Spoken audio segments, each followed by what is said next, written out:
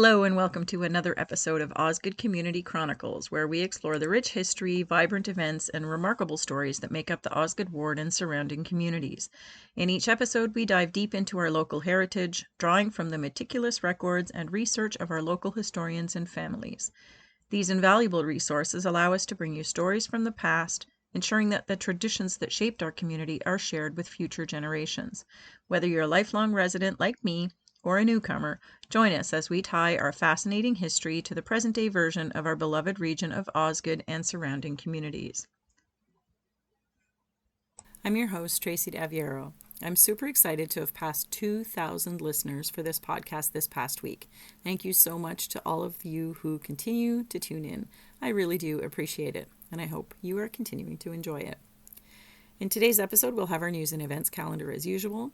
Our business segment, we're going to talk a little bit about the original sort of settling of Osgoode and how that came to be. Our historical segment spotlights the McKenna family. On Community Voices segment today, we have a Daley's Diary with a story from Mike Daley from the Osgoode Township Historical Society newsletters. And of course, we'll finish up with another mental health moment. Let's get into it.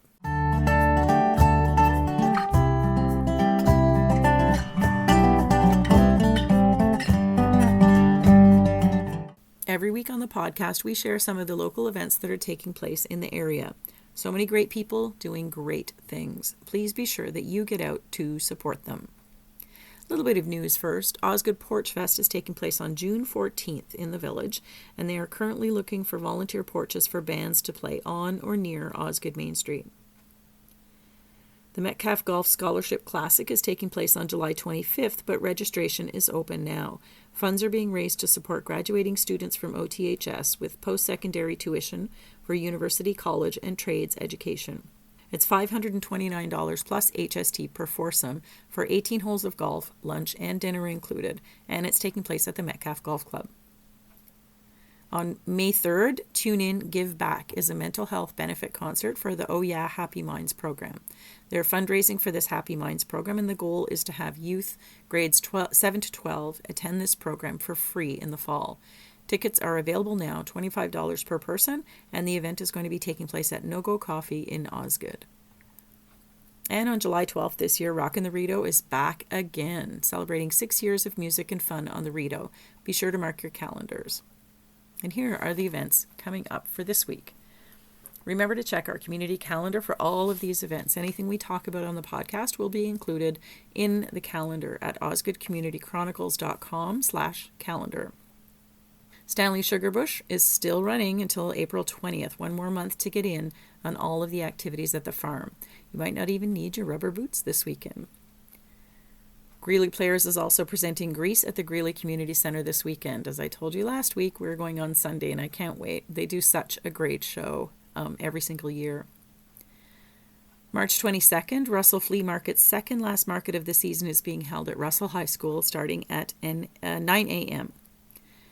Also, March 22nd, the Winchester Legion is having a rain barrel fundraiser. World Water Day is tomorrow, March 22nd, and this fundraiser highlights the importance of preserving fresh water on a global scale. If you want to do your part to protect the world's fresh water and help a community organization while doing so, get over to the Winchester Legion. They'll have a lot of rain barrels of various sizes for rock bottom prices. On Sunday, March 23rd, there's a NASCAR viewing party at the Osgoode Legion. They are doing these every week during NASCAR. And on March 23rd also, at the North Grenville Library, Jan Ritzkes is bringing Shalom Small Homes to Kemptville. From 1980 to 2022, Jan has made a significant impact to community development across the Philippines, East Africa, and Cambodia. And in 1994, she founded an NGO in Cambodia improving housing, education, healthcare, and water access, earning her the Governor General's Meritorious Service Medal. She's planning to build 50 small homes locally through Shalom. You can check out that information session at 2 p.m. at the North Grenville Library. March 23rd, also Garden Like a Pro seminar at the Robert Plant Greenhouses in Navan from 10 until noon. I told you about that last week. Check out the calendar for details and get over there. On March 25th, the Osgoode Outreach is hosting a Hello Spring lunch and social at 10 a.m. Lunch is chicken and rice, salad, and dessert, and it costs $10 per person. You have to get your tickets in advance. On March 26th, the Youth Advisory Committee is meeting at 6 p.m. at Oh Yeah. It's a hands-on creative group for youth in Osgoode grades 7 to 12. And the Osgoode Glow Dance is back, March 28th at St. Paul's Church Basement. Ages 7 and 8 can come from 6 to 7 p.m. and ages 9 to 12 can come from 7:30 to 9:30 p.m. Again, tickets are available online for that. Also on March 28th, Kelly's Landing on River Road is open for this season. That's next Friday. And new program alert at Oh Yeah, their junior teen book club takes place at No Go Coffee every second Friday. Grades 5 to 8 aged kids starting at 4:30 p.m. And the next one coming up is March 28th. On March 29th, it's trivia night at the Winchester Legion. It's $10 per player and teams can be up to 4 people. April 1st, the North Grenville Municipality is hosting an open house at the library, 5 p.m. to 7 p.m., to talk about additional residential units, ARUs.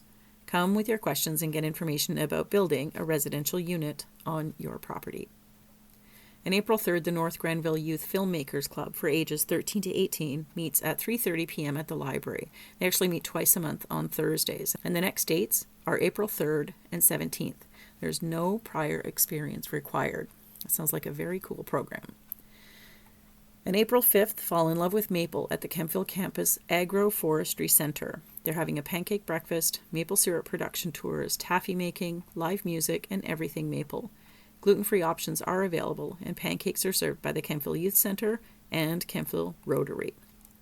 Be sure to check out our calendar for the Youth Association regular events. We have the Osgoode Youth Association, the Greeley Youth Association, the Youth of Manotick Association, and the Kempville Youth Center. And of course our Legions, we have all of their regular activities on our calendar as well. And that is our news and events for this week.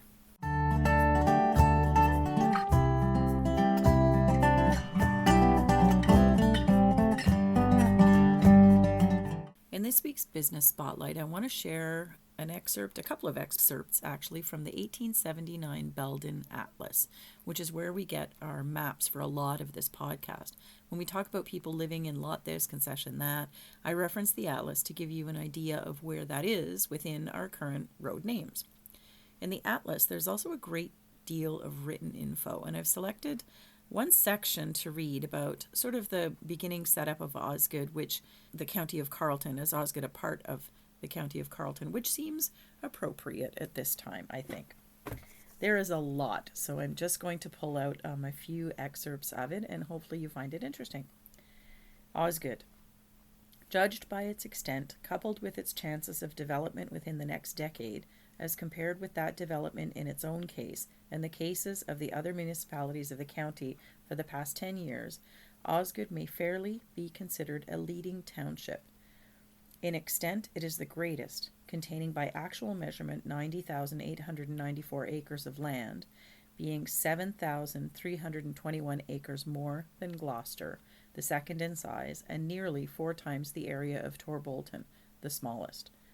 While in wealth and population it is third, being behind Nepean and Gloucester in both, though following Gloucester very closely in the former, the value of real property being $1,135,806. As compared with Nepean, the wealth and population of each bear nearly the same ratio to each other, each being a trifle less than double in Nepean what it is in Osgoode. Topographically, Osgoode presents no marked peculiarities. It is more generally and more thoroughly in accord with the prevailing characteristics of the Champagne region, of which it geologically forms a part, than any other township in the county. Most of its surface is exceptionally even, tending to flatness through large portions of it, but in no place so much so as to make it impractical of drainage. Here, as elsewhere throughout the county, much of the land which was at first perfectly worthless on account of its low level has been brought into cultivation by a comprehensive and non-expensive system of drainage, and now ranks with the finest land in the county.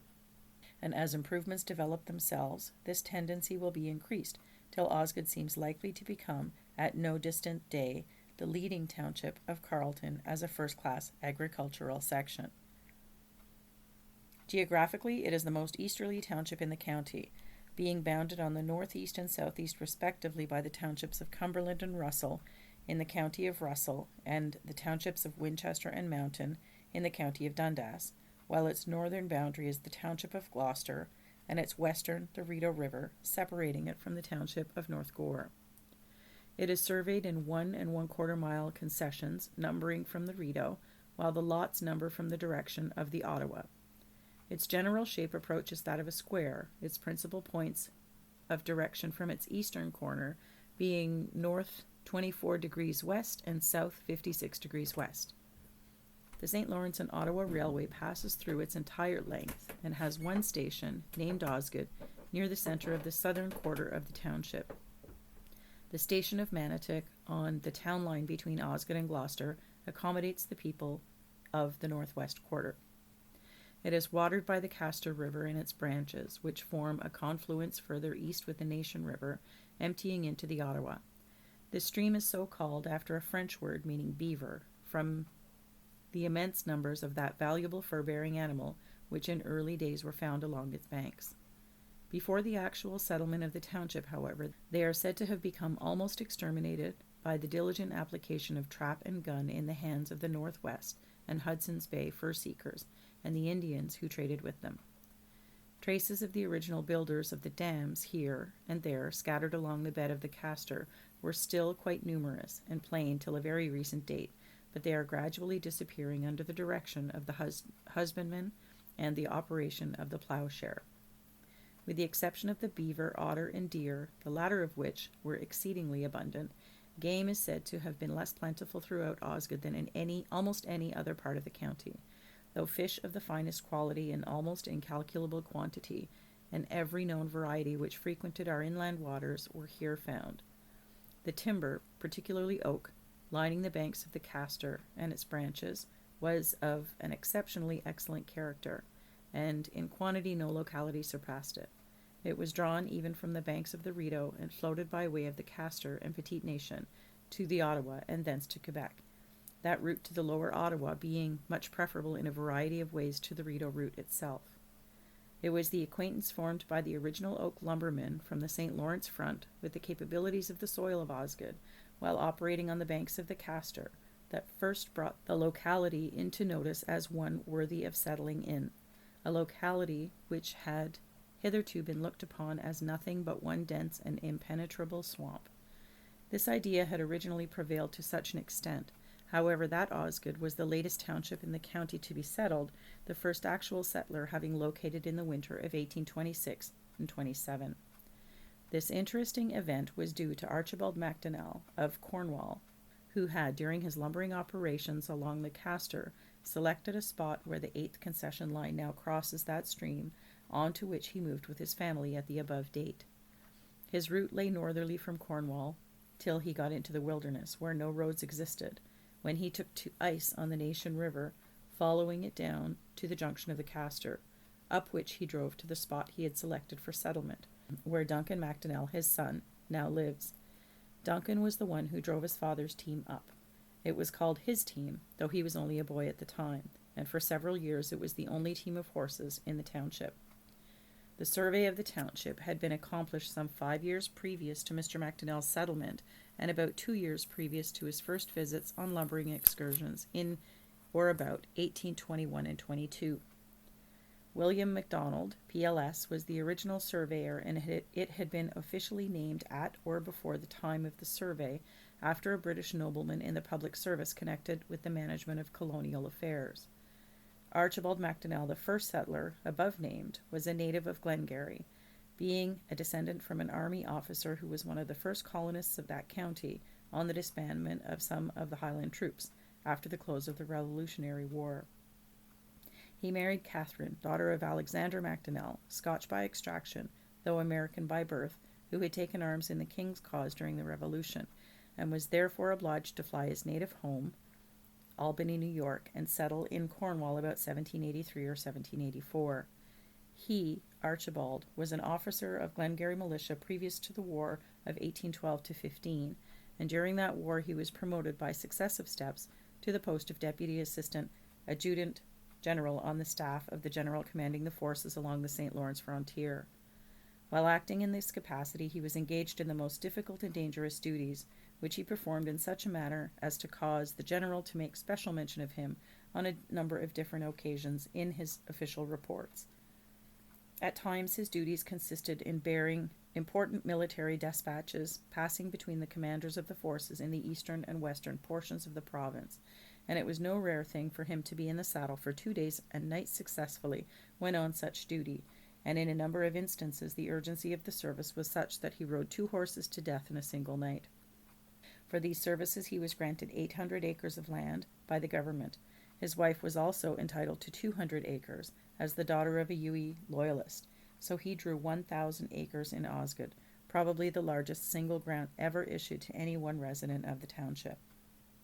The early history of Osgoode is in every way closely identified to that of Mr. MacDonnell. Being a man of enterprise, ability, and means, he assumed from the very first a leading position in all public matters and continued till the time of his death in November 1853 to exert a prominent influence in the administration of all affairs of a municipal, judicial, magisterial, or military character. He was the oldest magistrate in the township, and the one whose services were called most into requisition by the inhabitants who couldn't settle their own affairs amicably. Among his duties in the connection was that of occasionally performing the marriage ceremony. He was the first district councillor on the organization of the township as a municipality in 1833, when it belonged to the district of Ottawa and the council met at Lorneau. He was the chairman of the first board of magistrates who presided at the first commissioner's court, or court of requests, held in the township. This was in 1833.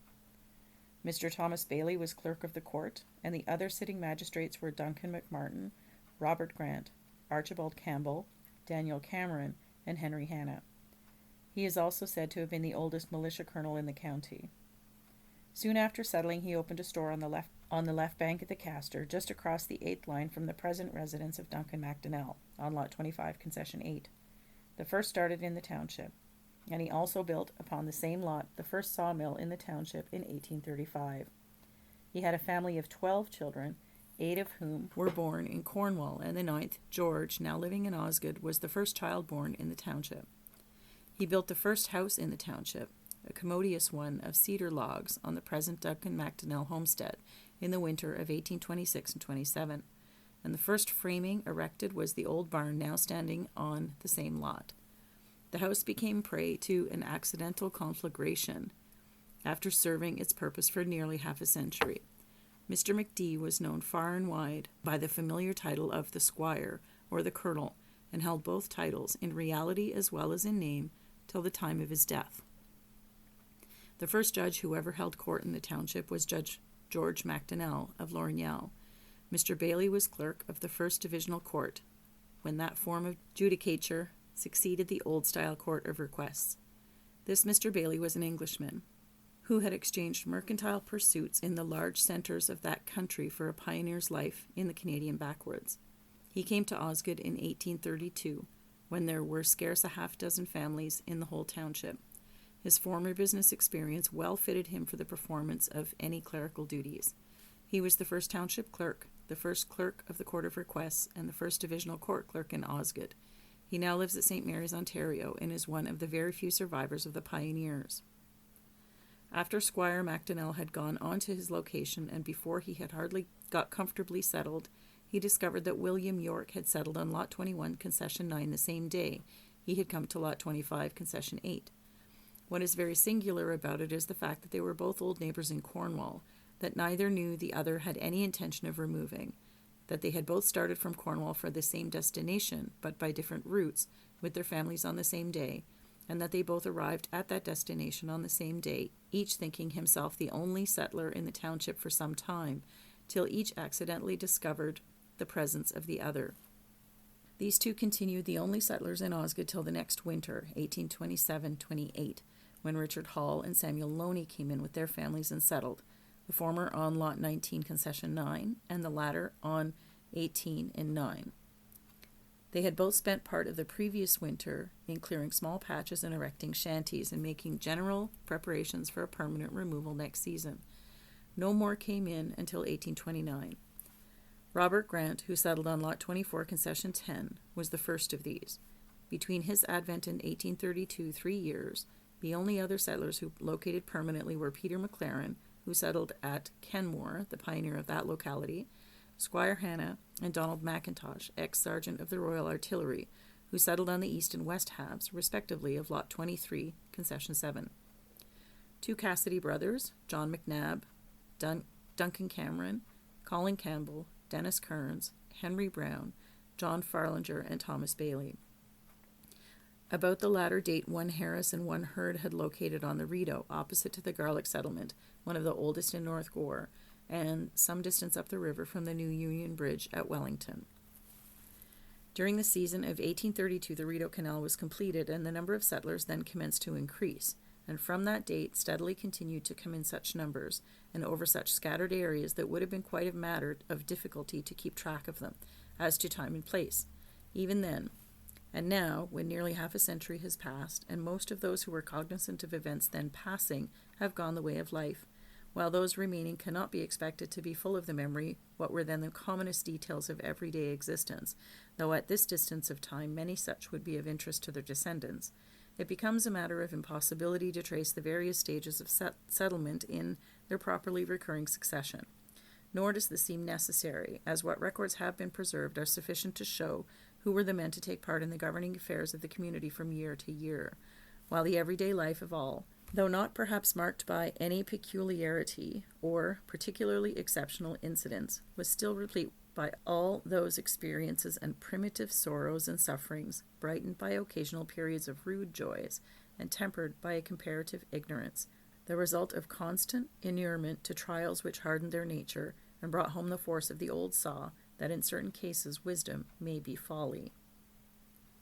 For instance, the few original settlers never heard of such a place as Bytown till the winter of 1827 and 28, when the future capital has had a local habitation and a name for over a year.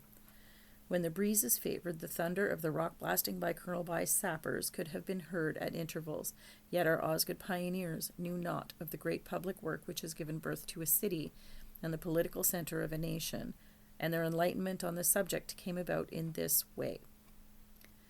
2 settlers from Gloucester, Hugh McKenna and James Telford, lost a yoke of cattle which they owned jointly.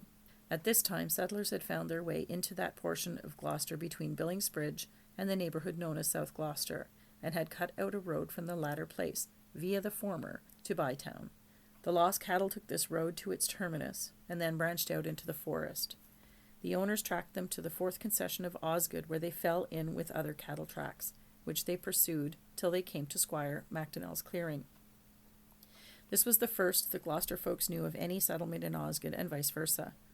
On telling their newfound friends of Osgoode about Bytown, on the road they had bushed out from there, extending at least halfway in their direction, the squire collected all the settlers together, and they agreed among themselves to cut out a road from their location to connect with the road to Bytown. This was accordingly soon done, and that same winter the Osgoode people, who, by the way, only yet numbered some 4 families, used to drive to Bytown to procure what few necessities they required, which they were previously obliged to go to the St. Lawrence front to obtain. They also then had an opportunity of getting their wheat ground into flour at Wright's Mill in Hull, where they had previously been obliged to go either by boat or ice down the Castor and up the Nation River to the section where settlements existed, after which they had to transfer their load to wagons, if in the summertime, and drive to Long Sault Island in the St. Lawrence, opposite Millroche and near Dickinson's Landing. This was the first year. Then Chrysler's Mill was built on the Nation River, near the village of Berwick, where they considered quite handy, till they heard of a town with mills and stores, etc. on the Ottawa.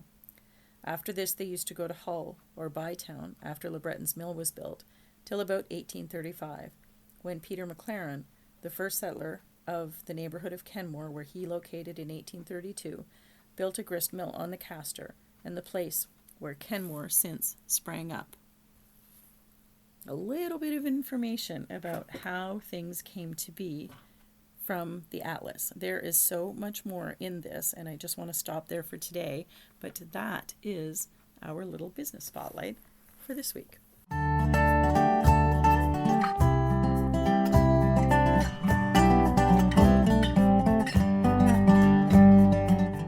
this week's historical segment, we meet the McKennas, and this comes from Mary McKenna from the Pioneer Families series in the Osgoode Museum.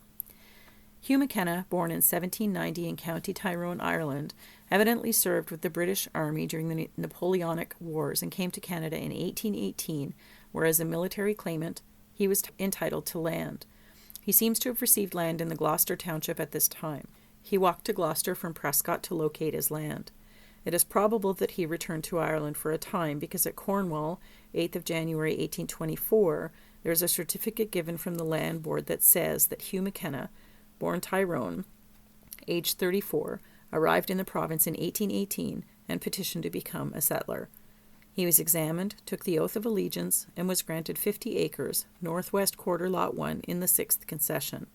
If he cleared half the road in front of his house and put up a dwelling house within 2 years, the land was granted to him and to his heirs.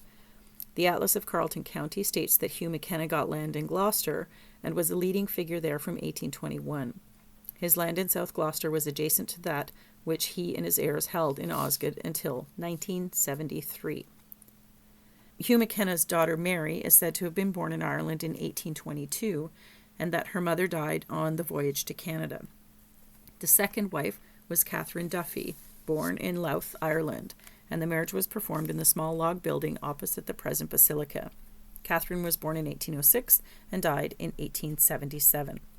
So Hugh and Catherine Duffy's children were Mary, who married Michael McGrath, Hugh, who married Jane Boyle, Margaret, Catherine, who married Patrick Sheeran, and William. Mary McKenna married Michael McGrath, whose family owned 150 acres alongside the McKenna property, so neighbors. In the census of 1871, Mary was a widow with a large family. Michael would have passed away prior to 1871. And their children were William, John, Patrick, Mary, Annie, Jane, Bridget, and Hugh, and their ages ranged from 9 to 24 years. Mary died in 1910. Other children were Hugh and Margaret. Catherine married Patrick Sheeran, and they lived on the McKenna property, probably with Catherine's brother William. The Sheerans have their names on the same tombstone as Hugh and Catherine McKenna, except it is spelled McKenney. Hugh's son John attended university in Montreal and then was in the USA for many years, where he practiced law in Chicago. John's son, Virgil Francis, attended Notre Dame University in Indiana until 79. In 1881, he worked in a law office in Indiana, but in 1883, he came back to Canada with his aunt and uncle in Osgoode Township. He married Catherine O'Callaghan of Cars, whose parents were Bridget McAvoy and father was John Cornelius O'Callaghan, and he farmed the McKenna property for many years. Their children were John Hugh, who married Mary Agnes Walter. That's who wrote the Pioneer Families. Mary Bridget married Patrick Nolan. Cicero Joseph married Margaret Waters. Catherine Elizabeth, Angela, Andrea, James C., Hannah, and Petronella. Now, John Hugh and Cicero Joseph were notably pallbearers for 28-year-old William Plunkett's funeral. He passed away early, and they were the pallbearers in that funeral. Mary Bridget married Joseph Nolan. Petronella married Dan Nolan. Elizabeth became Sister Martha, and Angela became Sister Frances of Assisi. They are both of the Grey Nuns of the Sacred Heart in Pennsylvania. John Hugh McKenna, son of Virgil, farmed the original home property for many years. The land that was granted to Hugh McKenna in 1824 was sold in 1973, and John died in 1975. As I said, he had married Mary Agnes Walter in 1930. She's the daughter of Samuel Walter, a blacksmith in the Osgoode and Manotick area, and his wife is Ellen McNeely. John and Mary McKenna had 5 children. Walter John, who married Nora Clark, Donald Hugh, and Joan, who married Manning McAvoy, and Isabel, who married Aloysius Joseph Herbert, and Eileen, who married Glenn Carroll of Blossom Park. In the South Gloucester Cemetery, we find too the name of Bernard McKenna, 1890, married first to Margaret and second to Mary Collins. Each marriage had a son named James. Was Bernard a son, a cousin, or a brother of Hugh McKenna? we wonder. And that is our historical segment for this week.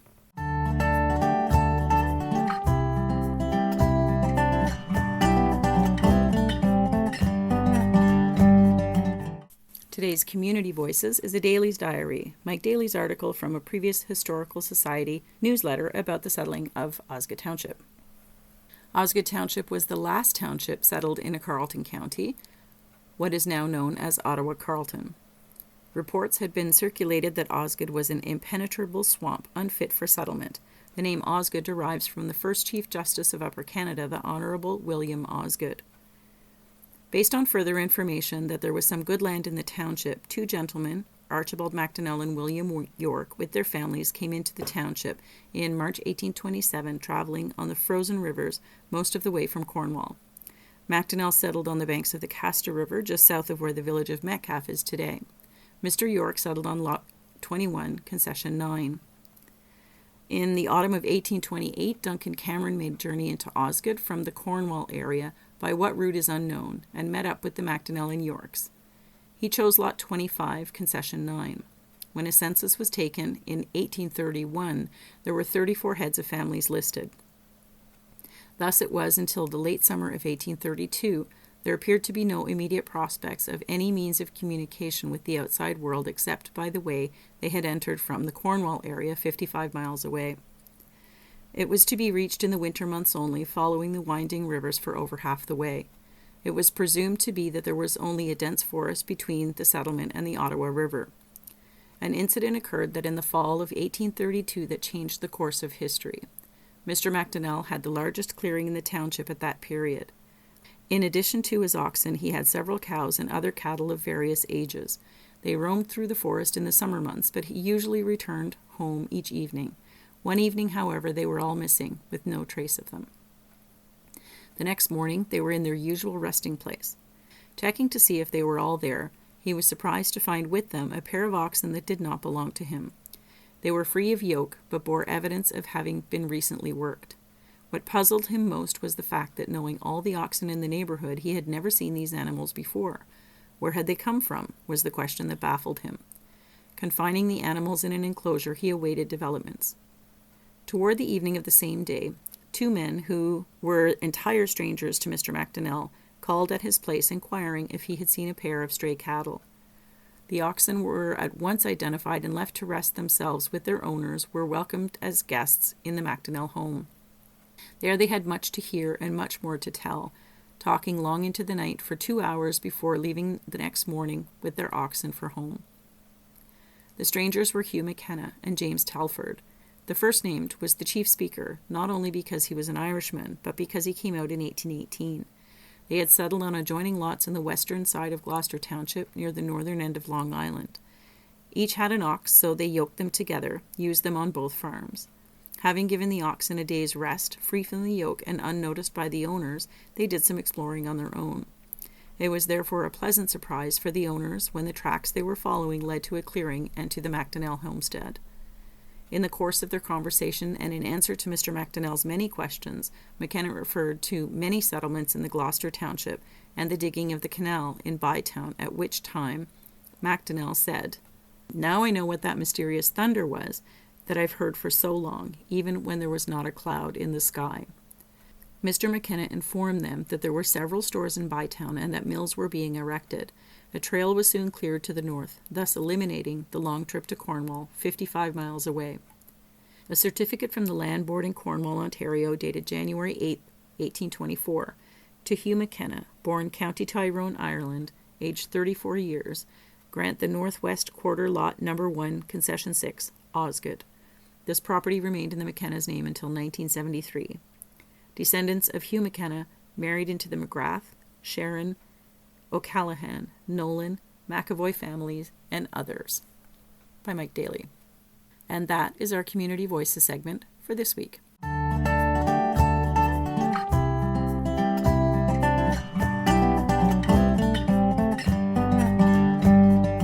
In today's mental health moment, I want to talk about wakes and funerals as a form of improving mental health. If you've ever been to a wake or funeral, then you probably know that they play an important role in the grieving process. The family and friends get to see other family and friends who are also grieving and who are coming to grips with the loss of their loved one. While funerals can be sad, and often are, they're also an important part of the mental health piece of dealing with loss. When we show support for the ones who are left behind, we become part of their community, and in doing so, we can also deal with the loss ourselves. By sharing in the funeral with the loved ones, you can reduce your own isolation as well. Sharing memories and stories of good times can be comforting, and it's a wonderful way to remember the person who was lost. Visitation hours, or the wake, are the perfect time to do this, and you'll often see photos and videos of the life of the deceased. And of course, it's your opportunity to say goodbye, which can offer closure for the relationship while preserving the memories from it. I try to attend wakes and funerals as much as possible when I know about them. My parents took us to all the ones they went to when we were old enough, which can be numerous out here in the country. And we always attended the ones for family. I know how important it is to the family that people show up, and I know how it can help them too. Showing support to your family and friends, whether the loss is sudden or after a long and healthy life, can have a positive impact on the physical and mental health of everyone involved. And that is this week's Mental Health Moment.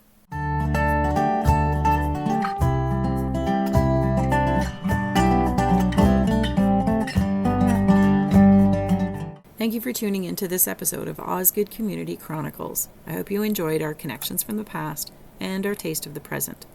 Now you know a little bit more about how Osgoode came to be, a little bit more about the McKenna family, and a little bit more about how Osgoode got connected to Ottawa. Be sure to scroll around in our community calendar to find all of the area events that we talk about on the podcast. And remember, you can catch all past episodes on Spotify, Apple, Google, Amazon, and on our website at osgoodecommunitychronicles.com. Thanks again for supporting our snapshot of our local community. I'm Tracy Daviero, and this has been Osgoode Community Chronicles, keeping our rural spirit alive, one story at a time. I'll see you next week.